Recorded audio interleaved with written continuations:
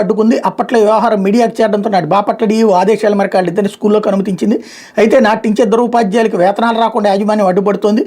VRS ఇస్తేనే స్కూల్లోకి రావాలని గురువారం మరోసారి గేటు బయటపై నిలబెట్టింది. తమకు 2024 ఫిబ్రవరి నుంచి జీతాల బిల్లులు మంజూరు చేయకుండా యాజమాన్యం వేధిస్తోందని ఉపాధ్యాయులు వెంకటేశ్వర పద్మావతమ్మ వాపోయారు.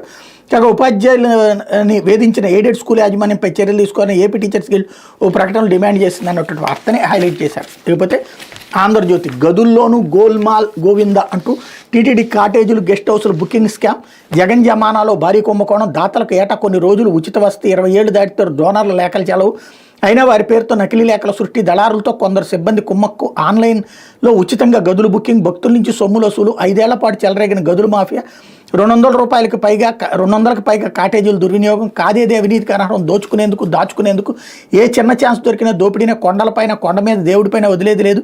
ఇది 5 ఏళ్ల పాటు జగన్ జమానా సాగిన తీరు. తిరుమలలో వైసీపీ పెద్దలు అడ్డగోలుగా దర్శనాలకు గేట్లు ఎత్తగా దళారుల సిబ్బందిలో కొందరు గదుల స్కామ్కి తెరలేపారు. 5 ఏళ్లు అప్రతిహతంగా ఈ కుంభకోణం సాగింది అన్నటువంటి వార్తని హైలైట్ చేశారు. లేకపోతే మళ్ళీ ఏపీ బ్రాండ్ అంటూ దావోస్ సదస్సులో బయటపడ్డ మన ఎనర్జీ, ఐటీ నుంచి ఏఐ వరకు, డేటా సెంటర్ నుంచి గ్రీన్ ఎనర్జీ, హైడ్రోజన్ హబ్ వరకు ఏపీలోని విస్తృతమైన అవకాశాలపై ప్రచారం, ఉపాధి కేంద్రంగా పెట్టుబడులకు ఆహ్వానం, ఏపీలో సుదీర్ఘ తీరం, అపార నైపుణ్య యువత, దిగ్గజ కంపెనీలను ముప్పించిన సానుకూలతలు, సీఎం చంద్రబాబు, మంత్రి లోకేష్ వరుస భేటీలు అన్నటువంటిది. వీళ్ళు కూడా చూశారు కదా ఎలా రాసుకొస్తారన్నటువంటిది. ఒక్క పైసా రాకపోయినా మళ్ళీ ఏపీ బ్రాండ్ ఇమేజ్ పెరిగిందంట. మరి ఇంతకుముందు జగన్ ఉన్నప్పుడు 1,00,000 కోట్ల రూపాయల దాకా పెట్టుబడులు పెట్టినటువంటి వాళ్ళు ఏ బ్రాండ్ చూసి ఇచ్చారు? ఏపీ బ్రాండే కదా. అంబానీ, అదానీ, జిందాలు, భజంకా వీళ్ళందరూ ఎందుకు పెట్టుబడి పెట్టడానికి ముందుకు వచ్చారు? మరి జగన్ ఉన్నప్పుడే కదా. మరి అప్పుడు ఏపీ బ్రాండ్ బాగానే ఉంది కదా. అప్పుడు అది బ్రాండ్ నాశనం అయిపోయిందని చెప్పి ఇప్పుడు 5 పైసలు రాకపోయినా బ్రాండ్ ఇమేజ్ పెరిగిపోయిందని చెప్పి వార్తలు రాయడం వీళ్ళకే చెల్లినటువంటిది. లేకపోతే అటవీ